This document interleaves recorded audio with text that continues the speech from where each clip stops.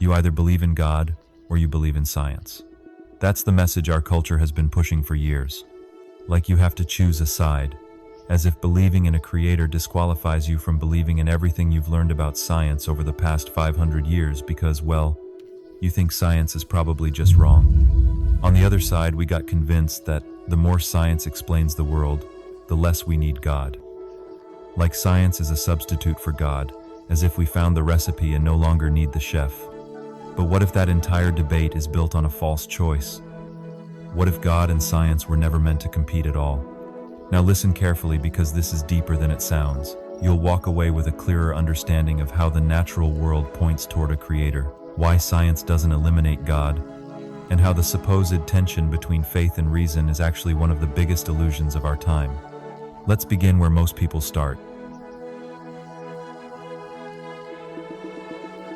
Science doesn't actually explain everything. It explains how things work, but not why they exist. It describes processes, but can't tell us their purpose. It can identify patterns, but it can't tell us where the pattern came from or why it's even there in the first place. Hear me out on this, because most people miss the real meaning. Imagine you walk into a room and see a beautifully decorated cake. It has layers, icing, designs, and writing on top that says, "Happy birthday." Now science can tell you what the cake is made of. It can break it down into sugar, flour, fat molecules, and chemical reactions in the baking process. But science can't tell you who made the cake, or who it's for, or why it was made at all. That's not a scientific question, that's a personal one. Think of the universe like that cake. You can study it, you can analyze its atoms and particles, you can even theorize about how it started. But at some point, you have to ask the question, why are we here? Why do we long for eternity? Why do we even care? Now let's get practical. Modern physics tells us that our universe runs on about 30 precise values called physical constants. These constants are things like the force of gravity, the strength of the electromagnetic force, the rate at which the universe is expanding, and so on. They are set at extremely precise values. If even one of these values were off by the tiniest fraction, the universe as we know it wouldn't exist. I'm talking about no stars, no galaxies, no life, just dead space or no space at all. For example, if the force of gravity were slightly stronger, stars would burn too hot and collapse too fast. If it were weaker, they'd never form at all. No stars means no planets. No planets means no life. Or the electromagnetic force. If it were too strong, atoms wouldn't form, too weak, and electrons wouldn't stick to nuclei. Either way, no chemistry, no water, no life. This kind of balance isn't just neat, it's mind-blowing, and they're set with such precision that it blows the mind of even the most seasoned scientist. Physicists call this the fine-tuning of the universe, and it's not a religious argument, it's just what the data shows. The real debate isn't whether the universe is fine-tuned, it's what to make of that fact. Now, there are only two explanations on the table for how this fine-tuning came to be. 1. It was set by an intelligent creator. 2. It's just one lucky universe in a sea of infinite, randomly generated ones. A theory known as the multiverse. But there's a problem with that. There's absolutely no evidence for any other universe. None. It's pure speculation. It's a theory built entirely on the hope that God doesn't exist. And even if there were a trillion universes, you still have to explain where they all came from. Now lean close. What I'm about to say separates the wise from the crowd. Your DNA is made up of over 3 billion base pairs. That's a 3 billion letter code, perfectly ordered to make you who you are. Your DNA determines what color eyes you have. It tells every cell in your body how to function, when to divide, how to heal, what proteins to make, how to fight disease, and more.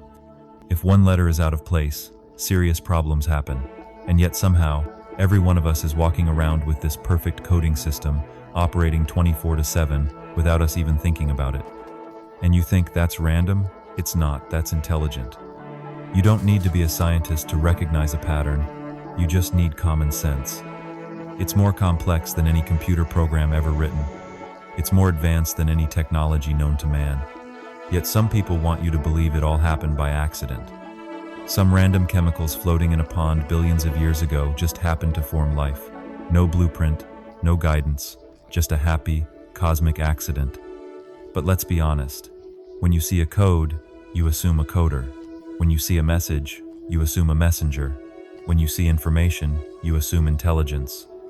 We don't look at a novel and think it wrote itself. We don't find a smartphone and assume it formed in the wild. Why would we treat life, something infinitely more complex, with less logic? Listen closely. This is where the game changes. Some people think if you accept evolution, you have to reject God. But that's not true at all. Evolution describes how life might have developed over time. It doesn't explain how it began. And more importantly, it doesn't explain the leap from biology to consciousness, from instincts to self-awareness, from neurons firing to love, creativity, morality, and imagination. Science can tell you what's happening in your brain when you fall in love, but it can't explain why love matters.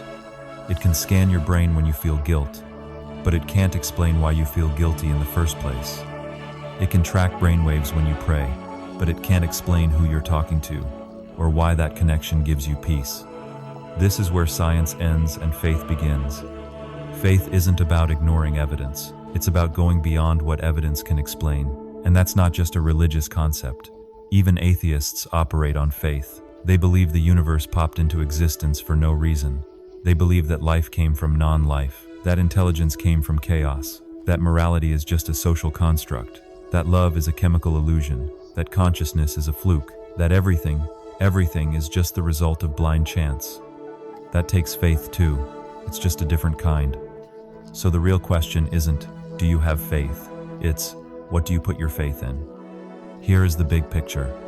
Science has given us incredible tools to explore the universe. We've built telescopes that can see galaxies billions of light years away. We've discovered black holes, mapped the human genome, and more.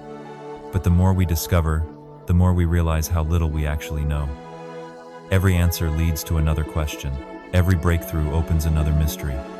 And at the center of it all, there's still this deep, haunting sense that there's more. We're not just machines, we're not just matter, we're not just accidents. We dream, we hope, we fear, we love. We long for meaning. And that longing points to something greater. Science can show us how life works, but only God can tell us what life means. Science can teach us about stars, but only God can tell us who named them. Science can explain the heartbeat, but only God can explain the broken heart. They're not enemies. They're companions in the journey to truth. So no, you don't have to pick a side. You can love science and love God. You can believe in research and believe in miracles. You can explore the universe and still bow before its creator. Because at the end of the day, science is just a way of discovering how God wrote the story. And that story, it's not over yet. If you've ever felt like faith is outdated or science makes God unnecessary, just remember, every scientific discovery is one more breadcrumb leading us back to the one who designed it all. You don't have to shut off your brain to believe in God. In fact, using your brain is exactly what leads many people to Him. Faith isn't blind, it just sees further.